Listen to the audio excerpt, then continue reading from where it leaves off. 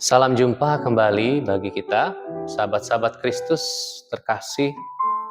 Hari ini pada Minggu Trinitas yang ke-15 kita kembali menyelenggarakan ibadah raya GPI Jakarta 2024. Marilah di dalam keteduhan kita datang kepada Allah.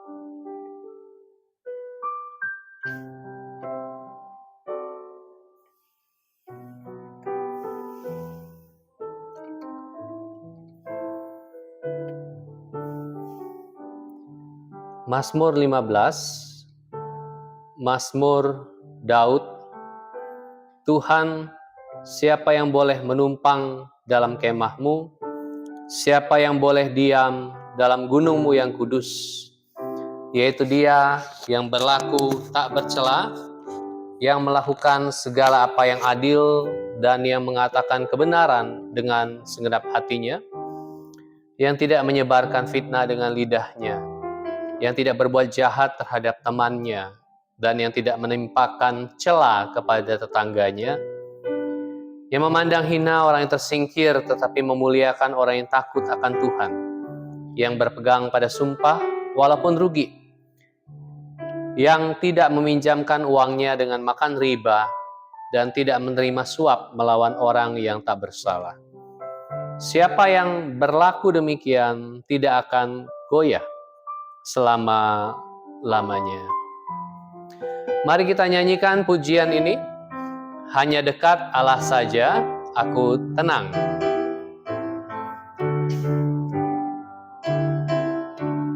Hanya dekat Allah saja, aku tenang. Daripadanya keselamatanku. Hanya Dia gunung batuku, hanya Dia kota bentengku. Aku tidak akan goyah selama-lamanya. Hanya dekat Allah, hanya dekat Allah saja, aku tenang. Daripadanya keselamatanku. Hanya Dia gunung batuku, hanya Dia kota bentengku.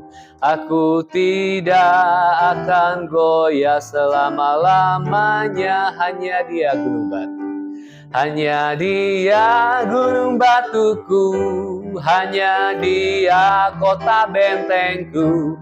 Aku tidak akan goyah selama-lamanya.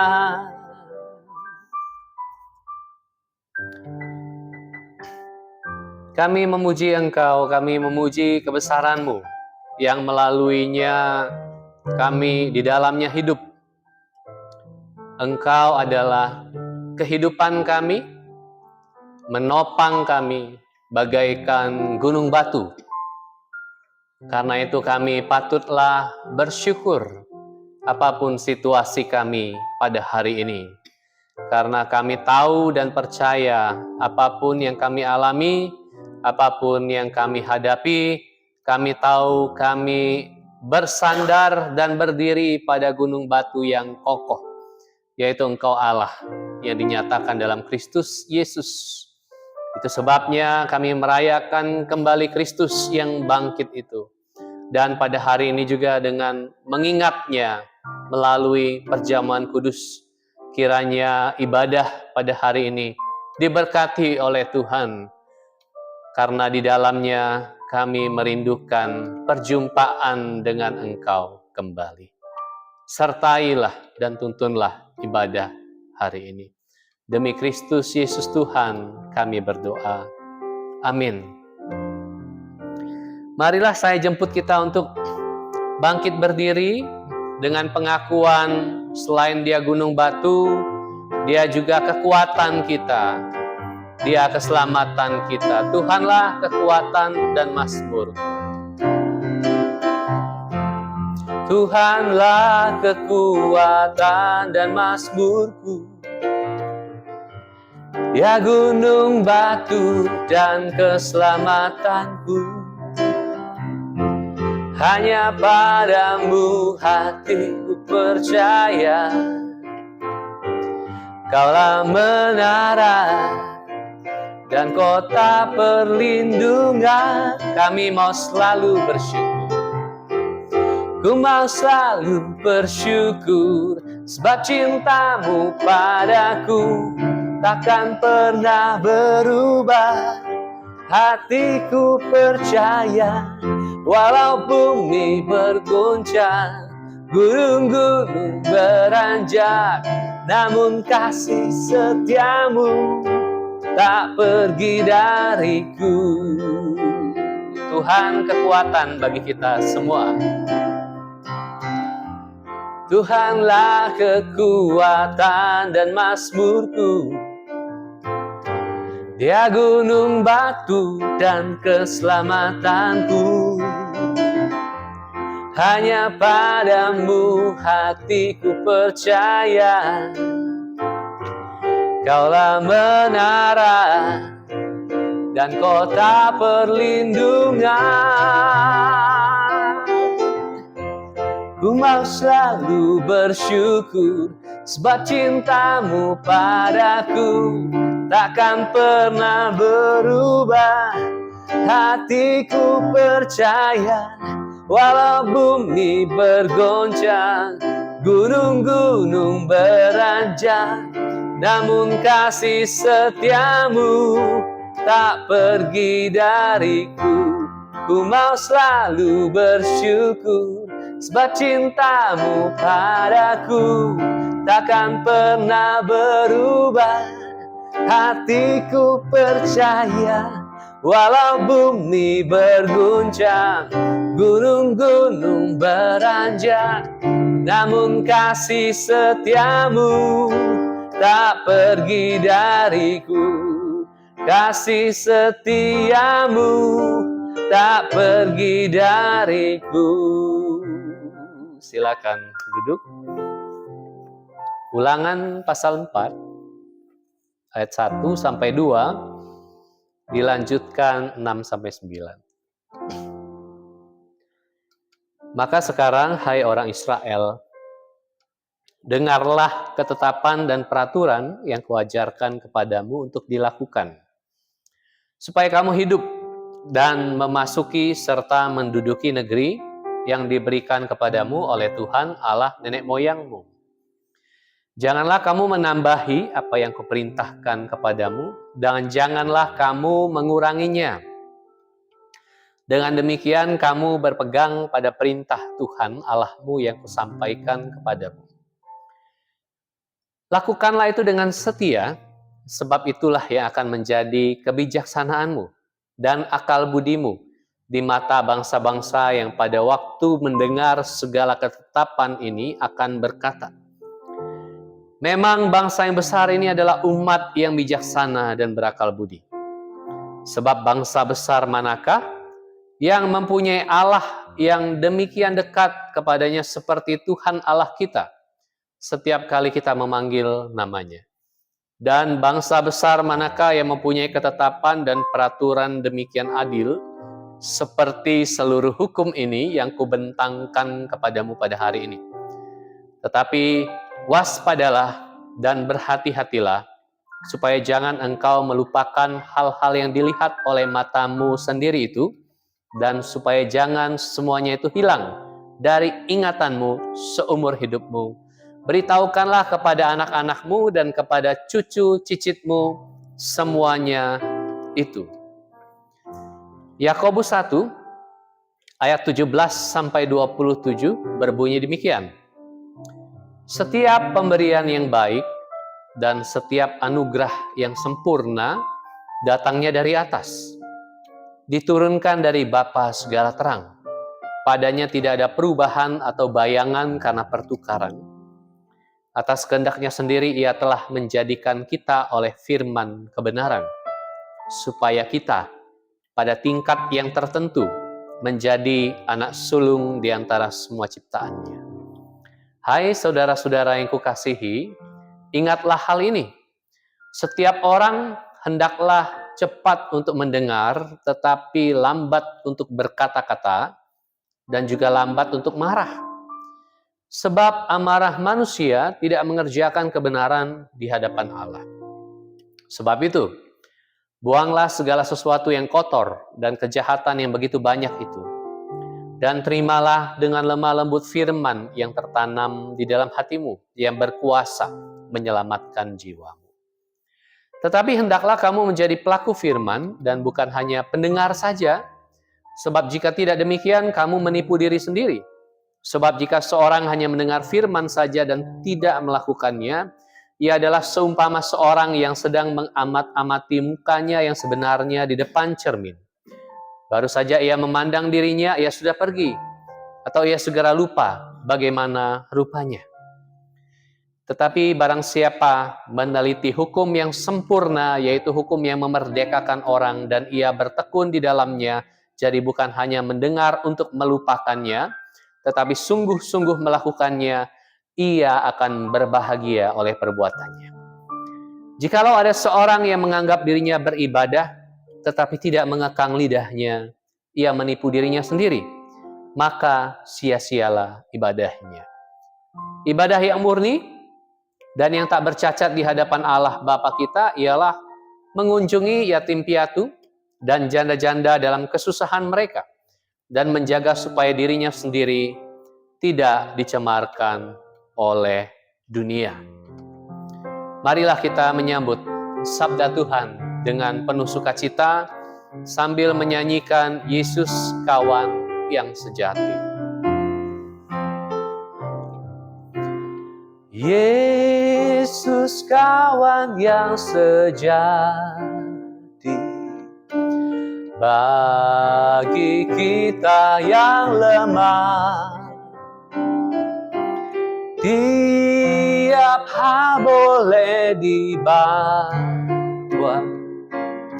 dalam doa padanya. Oh, betapa kita susah dan percuma berlelah bila kurang pasrah diri dalam doa padanya. Adakah hatimu sadar? Adakah hatimu sarang? Jiwa ragamu lelah, Yesus penolong kita. Naikkan doa padanya. Biar kawan lain menghilang, Yesus kawan yang bakal. Ia mau menghibur kita atas doa padanya.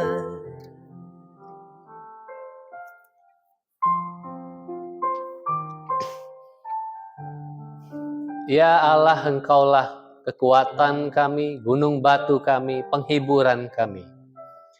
Bahkan Kristus sendiri adalah sahabat yang sejati dan sahabat yang bersama melangkah di tengah kehidupan kami sehari-hari.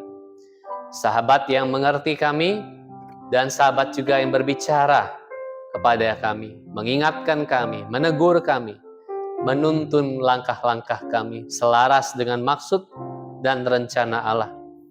Dan kini juga saatnya sang sahabat itu kiranya menyatakan kebenaran, sabda, firman, yang kemudian akan membawa kami berjumpa dengan pengenalan akan Tuhan, pengenalan akan sesama dan diri kami, akan dunia ini, berjumpa dengan sang kebenaran.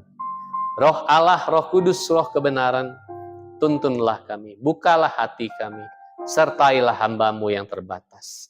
Demi Kristus kami sambut firman-Mu. Amin. Saya akan membacakan teks bacaan Injil pada hari ini. Markus pasal 7 ayat 1 sampai 8, 14 sampai 15, 21 sampai 23. Orang-orang Farisi mengerumuni Yesus bersama beberapa ahli Taurat yang datang dari Yerusalem. Mereka melihat bahwa beberapa orang muridnya makan dengan tangan yang najis, yaitu dengan tangan yang tidak dibasuh. Sebab orang-orang Farisi seperti orang-orang Yahudi lainnya tidak makan kalau belum melakukan pembasuhan tangan dengan saksama, karena mereka berpegang pada adat istiadat nenek moyang mereka. Dan kalau pulang dari pasar, mereka juga tidak makan kalau tidak lebih dahulu membasuh dirinya. Banyak warisan lain lagi yang mereka pegang, umpamanya hal mencuci cawan, kendi, dan bejana perunggu, serta tempat pembaringan. Karena itu, orang-orang Farisi dan ahli-ahli Taurat itu bertanya kepadanya, "Mengapa murid-muridmu tidak hidup menurut adat istiadat nenek moyang kita, tetapi makan dengan tangan najis?"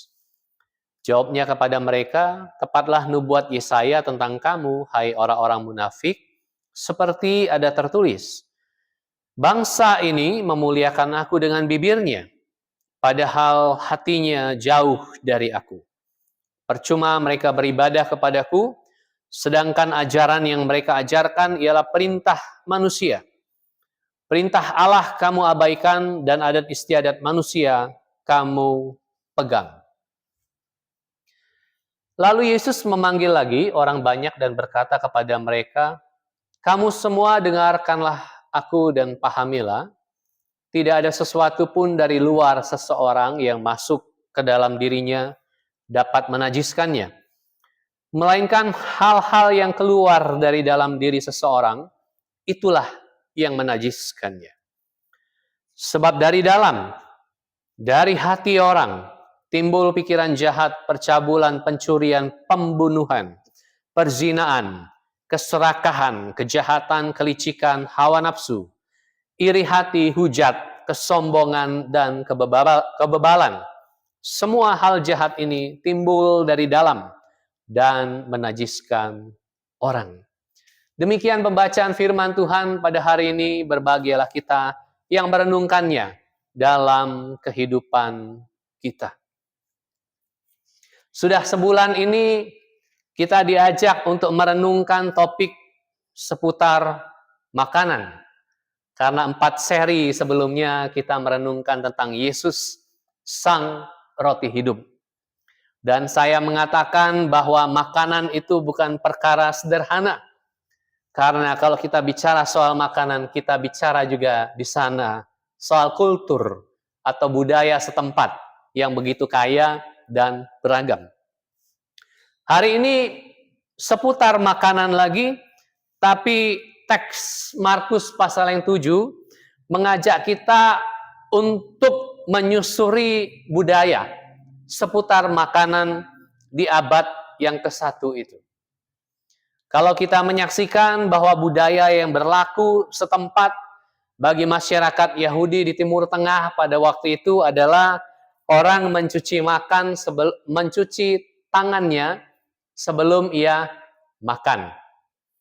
Barangkali kita orang yang hidup di abad ke-21 akan berpikir ini perkara yang sederhana dan kita semua melakukannya, mencuci tangan sebelum makan.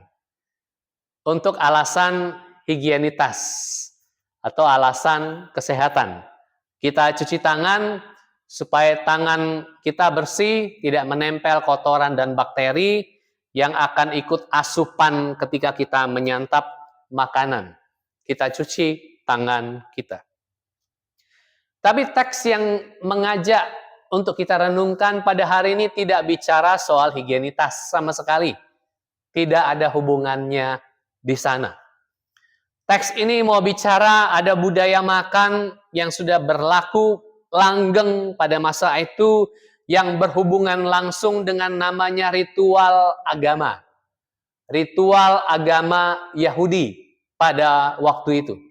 Pada zaman Yesus, semua orang Yahudi kalau makan, sebelum makan dia harus mencuci tangan.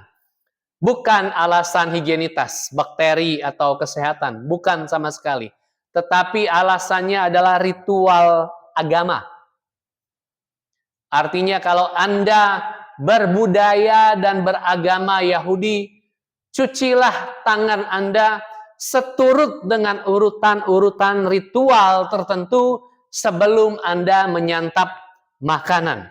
Itulah yang dimaksudkan oleh teks ini.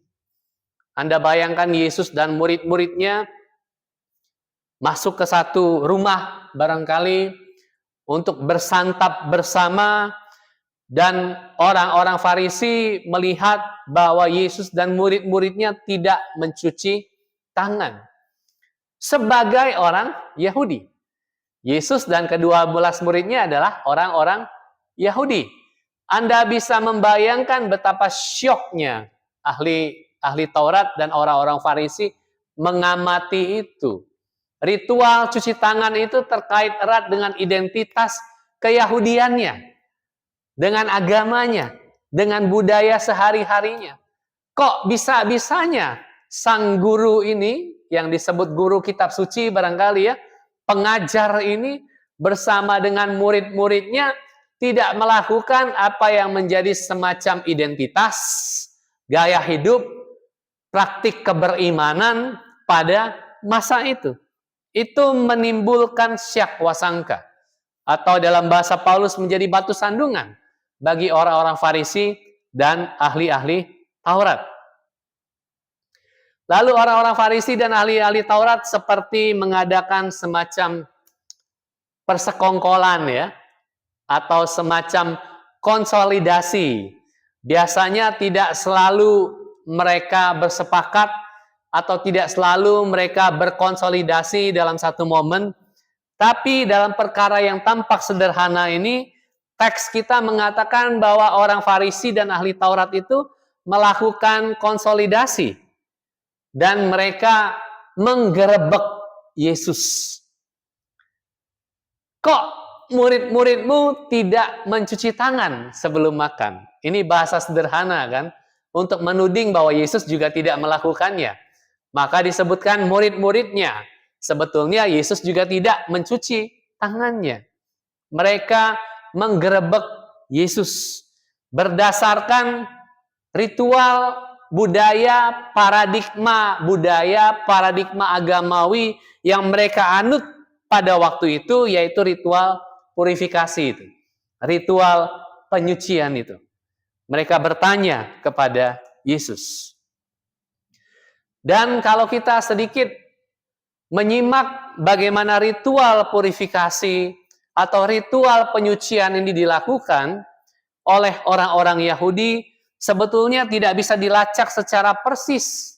Mengapa masyarakat Yahudi atau orang Farisi, ahli-ahli Taurat pada waktu itu pada akhirnya mewajibkan orang-orang Yahudi untuk mencuci tangan sebagai tanda ritual sebelum makan.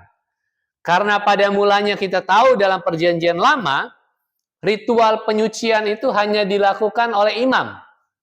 Sebelum dia mempersembahkan korban bakaran, korban penebusan salah, dia melakukan semacam ritual penyucian dirinya sendiri.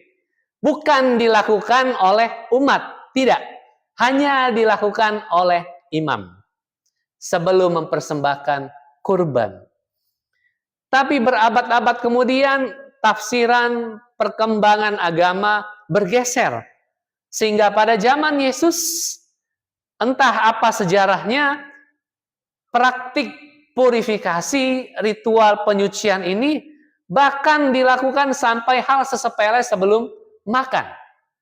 Orang harus melakukan ritual agamawinya dulu sebelum dia makan. Bahkan ketika orang pulang dari pasar, katanya dia harus melakukan ritual purifikasi kembali. Noda-noda dosa barangkali di pasar. Dia menyucikan dirinya, mandi, ritual, dan sebagainya. Dia kembali kudus, kembali suci. Bahkan berkembang lebih jauh tafsiran tentang penyucian ini, sampai kepada perabot-perabot rumah tangga pun dipurifikasi, disucikan, diritualkan. Kita tidak tahu, para pakar juga tidak tahu, bagaimana kemudian ajaran tafsiran itu berkembang sedemikian rupa.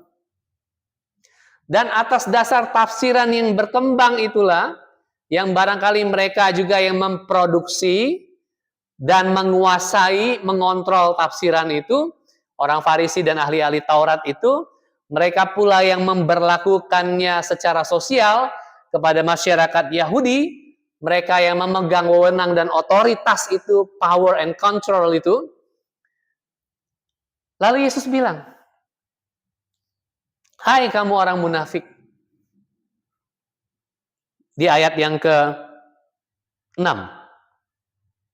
Hai orang-orang munafik. Bangsa ini memuliakan aku dengan bibirnya, padahal hatinya jauh dari aku. Percuma mereka beribadah kepadaku, sedangkan ajaran yang mereka ajarkan ialah perintah manusia.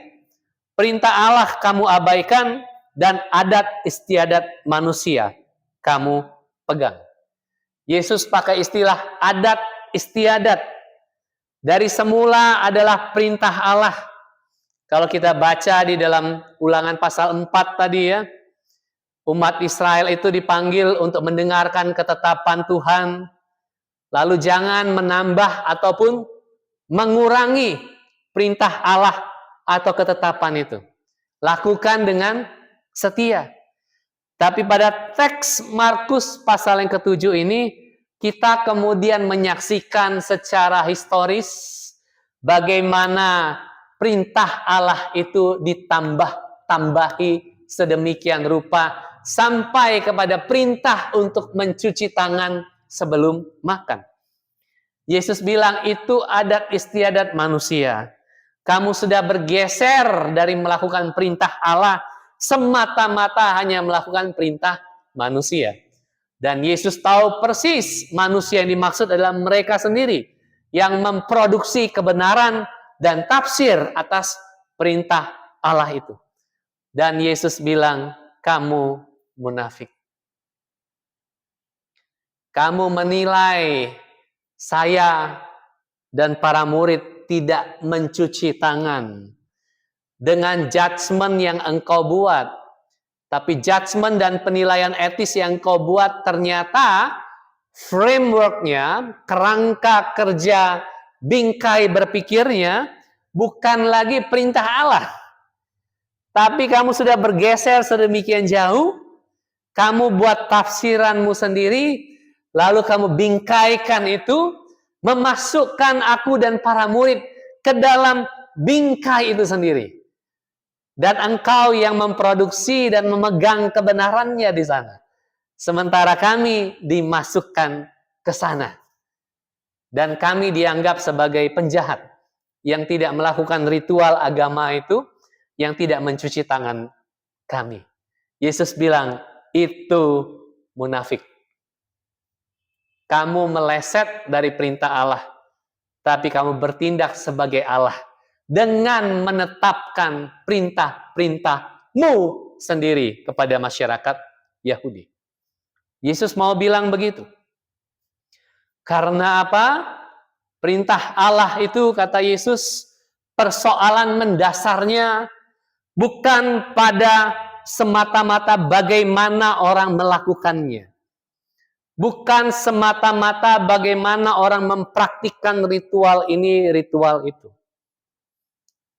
Semua orang bisa melakukan hal yang sama, tapi dengan jeroan yang berbeda. Yesus bilang persoalan mendasarnya bukan menghabituasi, membiasakan diri dengan perintah-perintah manusiawi itu, yang jelas sudah salah tafsir, sudah jauh melenceng. Tapi yang kedua poin Yesus adalah bahwa orang tidak semata-mata dinilai berdasarkan apa yang dilakukannya di depan mata. Judgment-nya bukan di sana, kata Yesus. Karena persoalan mendasarnya adalah ada pada hati. Yesus bilang, bangsa ini memuliakan aku dengan bibirnya, padahal hatinya jauh dari aku. Orang bisa dibentuk untuk melakukan aturan ini, aturan itu, perintah ini, perintah itu, tanpa pernah dia melakukannya dengan hatinya. Bisa sedemikian rupa. Negara dengan paling banyak aturan, penduduknya paling taat.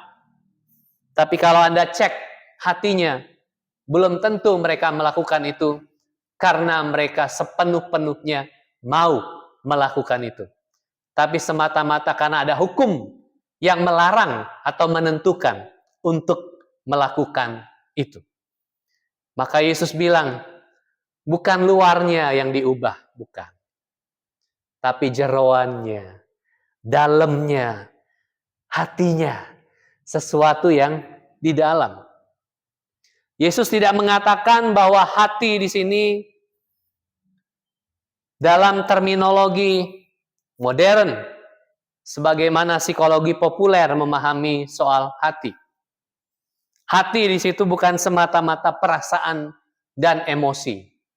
Tidak ada kaitannya di sana. Jauh. Tapi hati di sana Yesus mau mengatakan itu adalah pusat keberadaan Anda dan saya. Itu adalah diri Anda dan saya yang otentik di hadapan Allah. Hati dalam kaitannya dengan spiritualitas. Karena keberadaanku di hadapan Allah itu yang disebut dengan spiritualitas. Hati diriku dalam kaitannya dengan rasionalitasku. Itu adalah hati yang juga berpikir secara rasional, secara intelektual. Hati dalam kaitannya menimbang dan mengambil keputusan etis. Itu juga disebut dengan hati. Itu sebabnya Yesus mengatakan bahwa engkau mengambil judgment, penilaian etis atas apa yang di depan matamu, orang tidak mencuci tangan, sedemikian rupa kau timbang secara etis, keputusan hatimu menimbang bahwa itu keliru dan salah, tapi sesungguhnya motivasimu bukan lagi untuk Allah. Engkau tidak beribadah kepada Allah, Yesus bilang. Engkau hanya beribadah untuk memuaskan dirimu dan kepentinganmu sendiri. Karena engkau yang kini memproduksi kebenaran-kebenaran berdasarkan selera dan kepentinganmu sendiri. Persoalan mendasarnya di sana. Judgment-nya meleset karena hatinya mencong, melenceng. Yesus melihat hati di sana. Maka nasihat dari Rasul Yakobus adalah tepat dari teks yang kita baca juga. Bahwa kita diminta untuk tidak bergegas dengan kata-kata kita. Kita diminta untuk cepatlah mendengar. Kita diberi 2 telinga. Lambatlah berbicara, lambatlah berkata-kata. Kita punya 1 mulut. Dan lambatlah untuk marah. Dalam arti itu, lambatlah untuk memberikan judgment, penilaian etis. Jangan terlalu tergesa-gesa. Apalagi kalau suatu keputusan diambil berdasarkan dorongan amarah. Itu sama sekali di luar nasihat Yakobus. Tapi budaya kita pada hari ini membuat kita selalu bergegas dan tergesa-gesa dalam segala hal. Termasuk dalam kita mengambil keputusan-keputusan atau menilai segala sesuatu. Cepat menyimpulkan.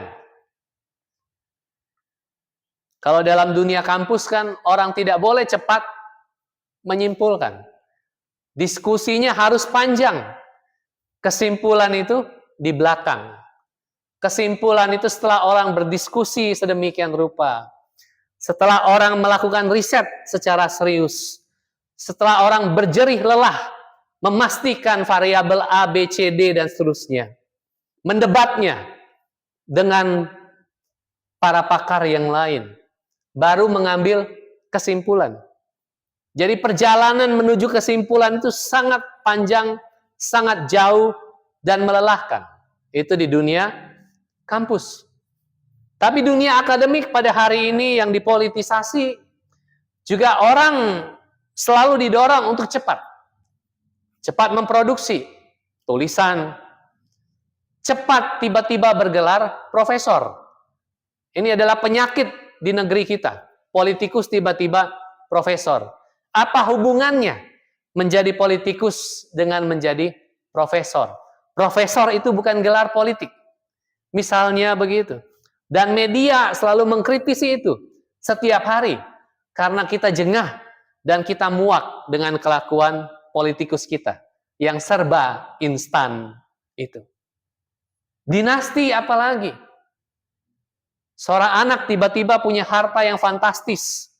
Walaupun jualannya bangkrut sana-sini.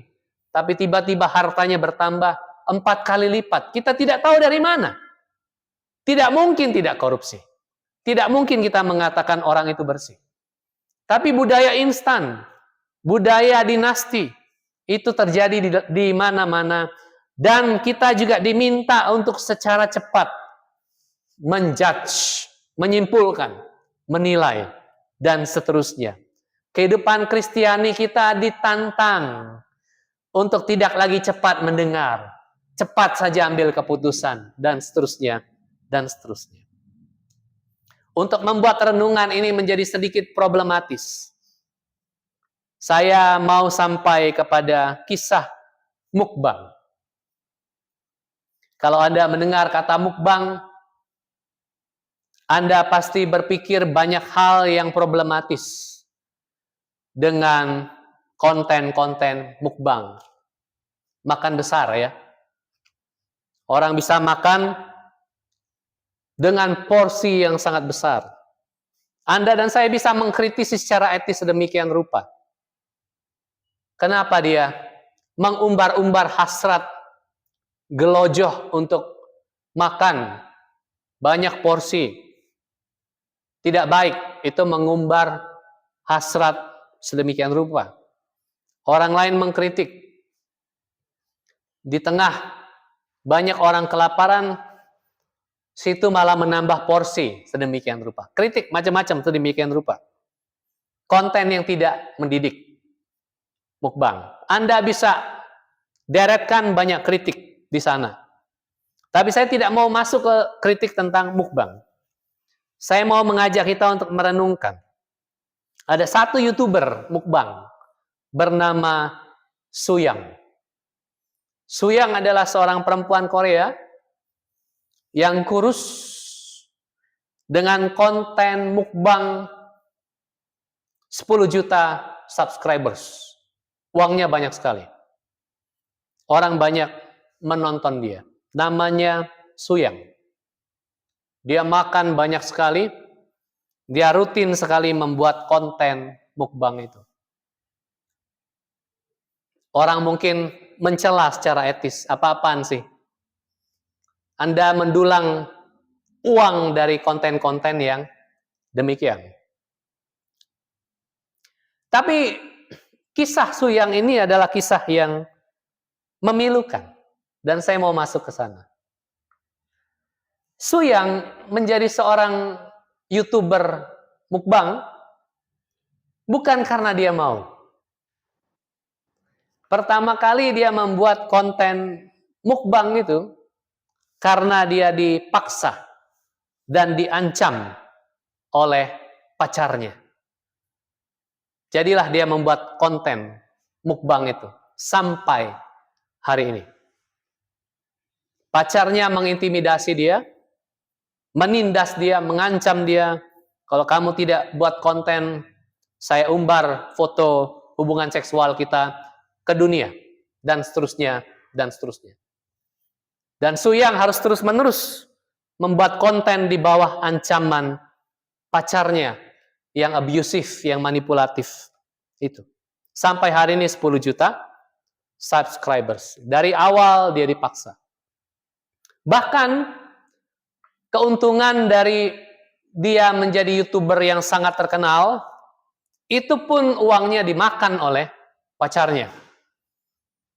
Pacarnya kemudian mendirikan agensi yang khusus menangani konten kreator, yaitu Su Yang sendiri. Lalu dia diperas untuk membagi 70-30, 70 buat pacarnya, 30 buat dia. Dan Su Yang melakukan itu dengan tabah di bawah ancaman selama 5 tahun. Sudah 5 tahun lebih sampai hari ini. Tapi yang menariknya adalah bahwa Su Yang sehari-harinya makannya sangat sederhana. Bahkan kadang-kadang disebutkan dia tidak mampu membeli makanan yang agak bervariasi. Karena uangnya diperas oleh pacarnya. Dan yang menarik lagi adalah di tengah dia diperas dan diancam, Su Yang ini rajin melakukan donasi. Dengan uangnya yang sedikit, dia banyak berdonasi kepada anak yatim piatu dan seterusnya. Sama seperti Yakobus yang kita baca tadi ya, ibadah yang sejati adalah memberikan dirimu, membagikan waktumu, uangmu, perhatianmu, dukunganmu, dan seterusnya. Su Yang melakukan itu dengan rajin di bawah tindasan pacarnya. Pada akhirnya, setelah 5 tahun, Su Yang memberanikan diri untuk menuntut pacarnya. Dan itu pun dia diperas oleh serikat pekerja. Bayangin ya, serikat pekerja yang mengklaim dirinya kiri dan progresif itu, memeras Su Yang di antara para pekerja YouTuber itu, dan Su Yang pun harus memberikan uang kepada YouTuber terkenal lainnya itu, yang membuat asosiasi untuk memeras Su Yang. Dia pun memberikan uangnya di bawah perasan, supaya salah satu YouTuber terkenal itu bisa membeli mobil mewah. Dan itu kemudian ketahuan. Dan Su Yang setelah 5 tahun memberanikan diri untuk menuntut pacarnya ke pengadilan.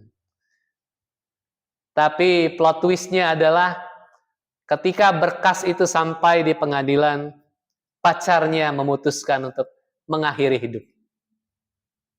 Jadi berkas itu tidak pernah final menjadi semacam bentuk hukum, produk hukum terakhir. Karena pacarnya sudah lari ke dunia lain, mengakhiri hidupnya. Tapi Su Yang kemudian dibebaskan. Kalau Anda terlalu cepat memberikan judgment kepada Su Yang, kita pakai contoh pada hari ini ya, barangkali kita akan sama melesetnya seperti orang Farisi dan ahli Taurat pada zaman Yesus, meleset, memframing Yesus. Saya tidak mengatakan mukbang benar atau salah, tapi kalau kita memframing orang seperti Su Yang misalnya, jangan-jangan kita meleset. Hari ini kita dilatih, diajak untuk menunda judgment, lambat berkata-kata, cepat mendengar, sama seperti Kristus yang tidak cepat melakukan judgment. Demikianlah kita dipanggil untuk demikian.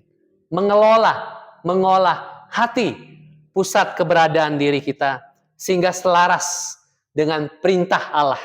Bukan sekadar perintah yang kita buat bagi diri kita sendiri. Maka pada hari ini pesan firman Tuhan, hati-hatilah dengan hati. Amin. Mari kita berdoa. Terima kasih ya Allah, terima kasih buat renungan pada hari ini yang mengajak kami untuk mengelola hati kami. Pertimbangan etis, pertimbangan rasionalitas kami, bahkan mengecek motivasi kami di hadapan Allah. Apakah kami sedang hidup bagi Allah, tulus hidup bagi Engkau, atau kami sedang hidup bagi diri kami sendiri, atau kami sedang hidup berdasarkan perintah-perintah yang kami buat sendiri. Kami hidup dan berkuasa atas diri kami sendiri. Aku yang berkuasa, bukan Engkau. Sehingga segala sesuatu kami harus reduksi menjadi kepentingan, selera, apapun yang kami buat untuk bermuara kepada kami sendiri. Bukan kepada Allah, bukan kepada belas kasihan, bukan kepada orang lain. Biarlah kiranya firman-Mu pada hari ini mengingatkan kami, menguatkan, menegur, dan memperbarui kami. Terima kasih ya Allah. Doa kami yang kami panjatkan demi Kristus, kami sudah berdoa. Amin. Pada hari ini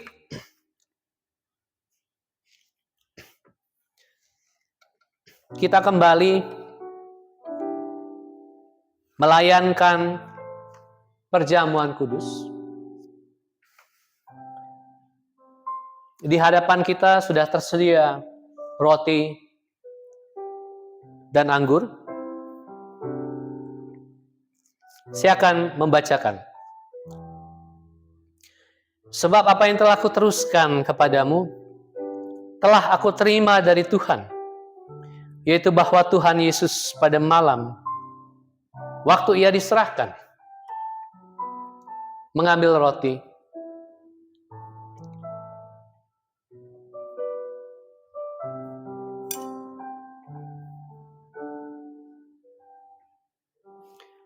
dan sesudah ia mengucap syukur, ia memecah-mecahkannya dan berkata, inilah tubuhku yang diserahkan bagi kamu. Lakukanlah ini sebagai peringatan akan aku. Demikian juga ia mengambil cawan. Sesudah makan, lalu berkata, cawan ini adalah perjanjian baru yang dimeteraikan dengan darahku. Lakukanlah ini setiap kali kamu meminumnya sebagai peringatan akan aku. Sebab setiap kali kamu makan roti dan minum cawan ini, kamu memberitakan kematian Tuhan sampai ia datang.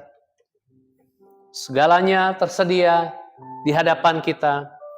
Marilah kita menerima roti dan anggur untuk mengingat Kristus yang sudah membagikan hidupnya kepada kita.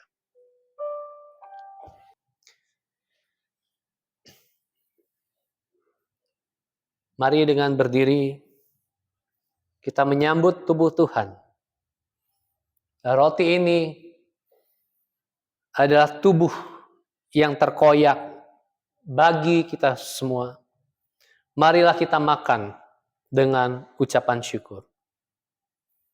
Dalam nama Yesus.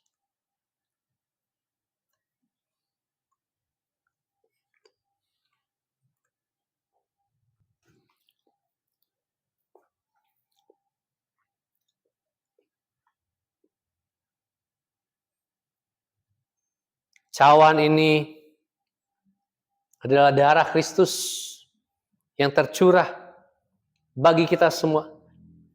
Marilah kita minum dengan ucapan syukur dalam nama Yesus.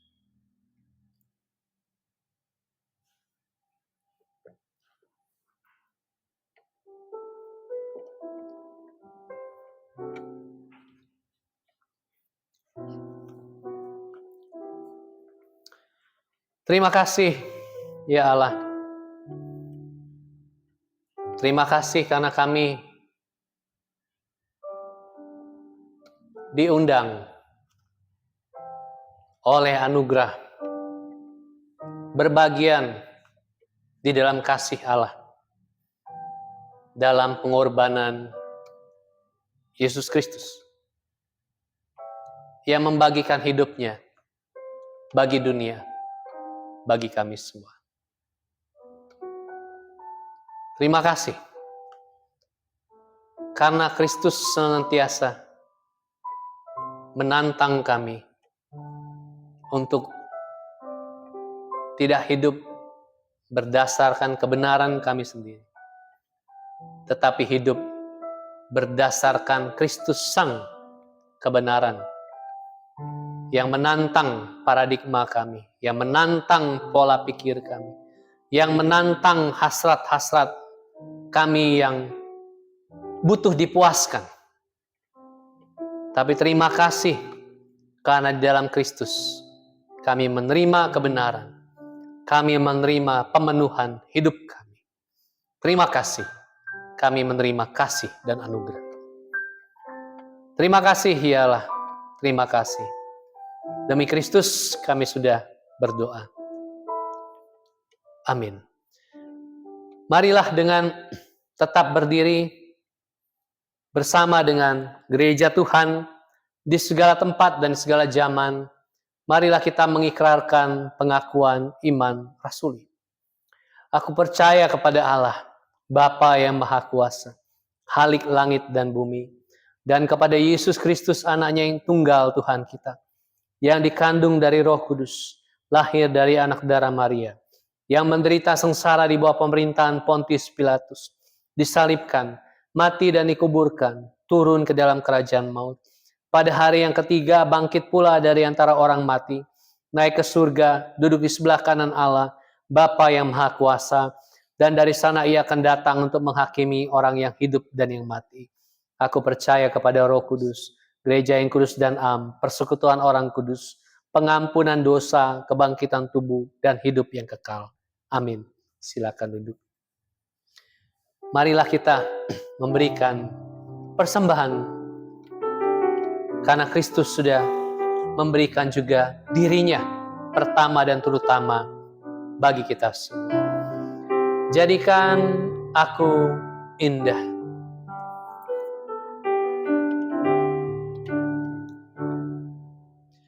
Ku datang ya Bapa dalam kerinduan, memandang keindahan-Mu.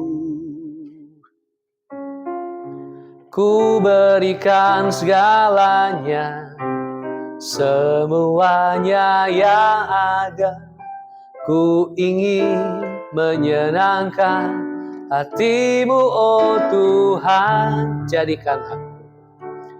Jadikan aku indah yang Kau pandang mulia, seturut karya-Mu di dalam hidupku.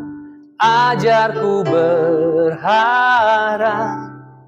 hanya kepadamu, taat dan setia kepadamu Tuhan. Ku datang ya Bapa,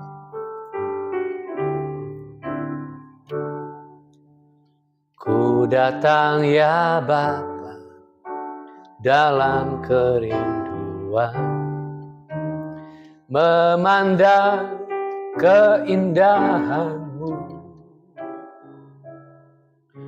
Ku berikan segalanya, semuanya yang ada.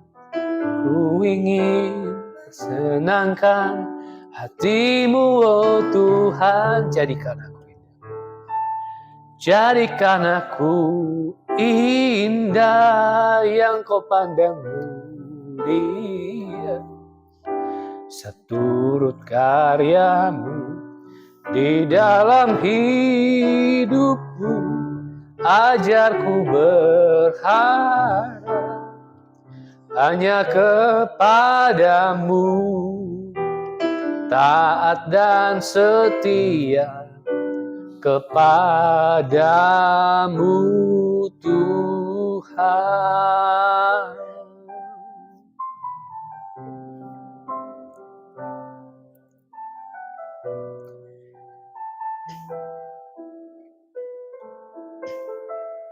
Kami bawa doa-doa kami kepadamu.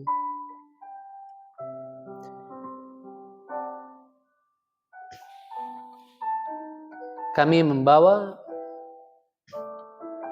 gereja ini dalam tangan-Mu bersama dengan sinode dan bersama dengan gereja di seluruh dunia. Tuhan, tuntunlah dan pakailah gereja ini agar menjadi saluran rahmat Allah, menyatakan Injil anugerah-Mu ke tengah dunia. Biarlah kiranya jejaring kerajaan Allah ini terus kuat, terus terhubung, sehingga dunia mengenal Engkau. Pakailah rumah singgah kami yang kecil juga menjadi saluran rahmat, agar orang yang diusir, mengalami kekerasan, persekusi, atau tidak punya tempat, bisa disambut di dalam rumah singgah ini. Kami doakan negeri kami, bangsa yang besar, dengan pemerintahan yang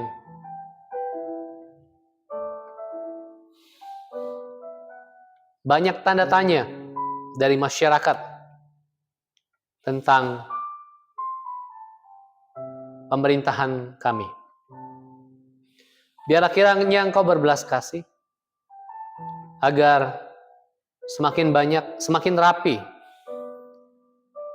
kepemimpinan negeri ini dan semakin jelas keberpihakannya kepada mereka yang pada hari ini semakin susah untuk mencari kerja, semakin susah untuk bahkan mengelola usahanya. Para petani juga semakin sulit. Situasi tidak semakin memudahkan. Kiranya Engkau berbelas kasih atas bangsa kami, atas negeri kami. Bukakanlah kesempatan-kesempatan bagi mereka yang memerlukan penghidupan, pekerjaan, atau relasi, atau hubungan. Bukalah pintu dan jalan keluar bagi mereka yang sedang menghadapi kebuntuan. Kiranya mereka yang berniat untuk mengakhiri hidupnya, kiranya mereka menerima penghiburan dan kekuatan dari Allah. Kiranya mereka yang hari ini berduka menerima penghiburan yang sejati dari Roh Kudus.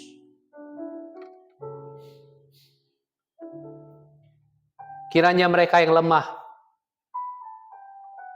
kiranya mereka menerima kekuatan dari Allah. Kiranya mereka yang hari ini sakit, kiranya mereka menerima pemulihan dan kesembuhan mereka. Terima kasih ya Allah. Dengarlah doa kami. Dengarlah jeritan hati kami. Dengarlah keluhan-keluhan yang tersampaikan dalam batin kami. Kiranya setiap harapan yang baik sampai kepadamu dan Engkau menjawabnya seturut kedaulatan dan kehendak-Mu. Ini doa kami sederhana, kami sampaikan demi nama Yesus. Dan kiranya kami mengalaskannya juga sebagaimana dengan doa yang diajarkan oleh Tuhan Yesus Kristus. Bapa kami yang di surga, dikuduskanlah namamu, datanglah kerajaanmu, jadilah kehendak-mu di bumi seperti di surga. Berikanlah kami pada hari ini makanan kami yang secukupnya, dan ampunilah kami akan kesalahan kami, seperti kami juga mengampuni orang yang bersalah kepada kami. Dan janganlah membawa kami ke dalam pencobaan, tapi lepaskanlah kami dari yang jahat. Karena Engkau yang punya kerajaan dan kuasa dan kemuliaan sampai selama-lamanya. Amin. Mari kita akhiri ibadah kita. Bapa Surgawi, ajarku mengenal betapa dalam kasih-Mu. Surgawi, ajarku mengenal betapa dalamnya kasih-Mu. Bapa Surgawi, buatku mengerti betapa kasih-Mu padaku. Semua yang terjadi di dalam hidupku, ajarku menyadari Kau selalu sertaku. Beri hatiku selalu bersyukur padamu, karena rencanamu indah bagiku. Bapa Surgawi, Bapa Surgawi, ajarku mengenal betapa dalamnya kasih-Mu.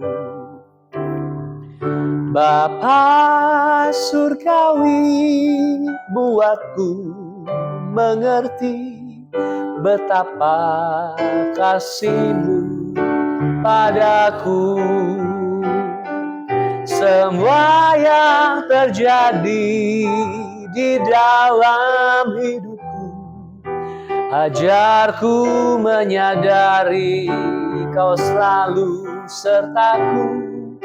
Beri hatiku selalu bersyukur padamu, karena rencanamu indah bagiku. Karena rencanamu indah bagiku.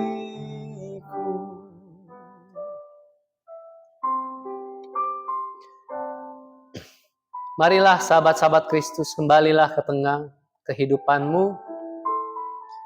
Kiranya engkau mengikuti jejak Kristus, meneladani Dia di dalam segala hal, di dalam tingkah lakumu, di dalam pertimbangan-pertimbanganmu, di dalam keputusan-keputusan yang kau ambil, di dalam cara engkau berpikir dan memperlakukan sesamamu, di dalam keadilan, di dalam kebenaran, di dalam kasih yang tidak tebang pilih.